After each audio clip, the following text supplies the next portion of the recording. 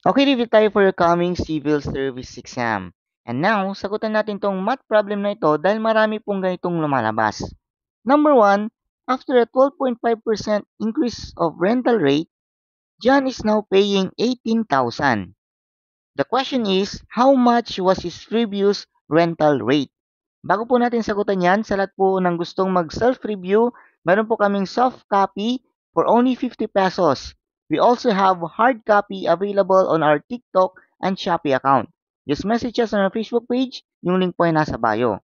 Okay, pag ganitong mga problem, usually ang ginagawa nila, yung 18,000, since nag-increase lang naman ng 12.5%, ay minumultiply lang nila. So, 18,000 times 12.5%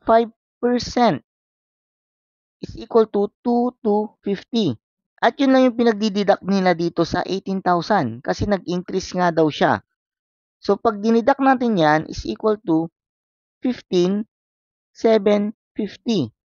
At marami pong nagkakamali na ito na yung sagot.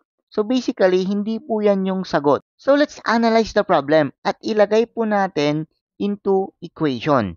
So, yung rental niya before ay nag-increase daw ng 12.5%.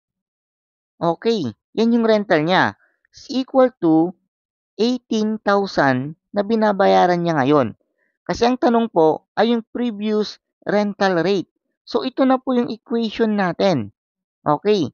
Pag walang coefficient dito na rental, meaning 100% yan. Plus 12.5%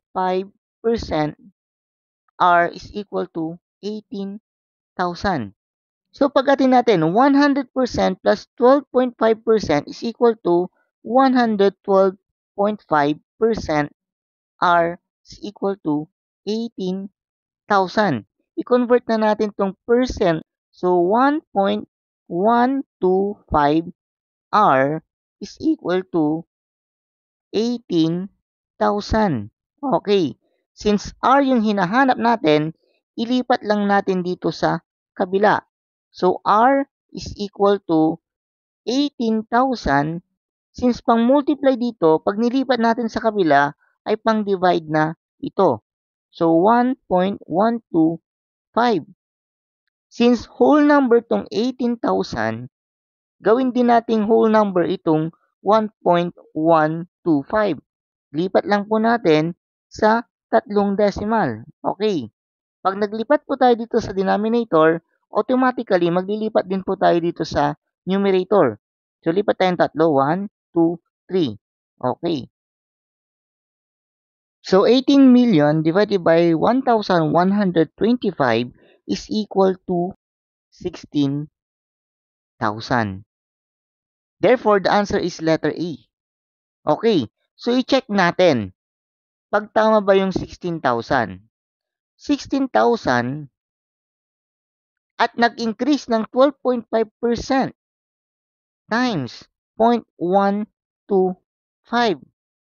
is equal to 2,000. Okay.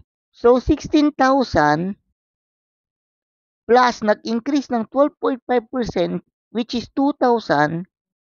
Therefore, makukuha natin yung 18,000 na binabayaran na ni John ngayon. So, tama po yung sagot natin, letter E. I hope you got this one and follow for more tips, updates, and tutorials for your coming exam. God bless!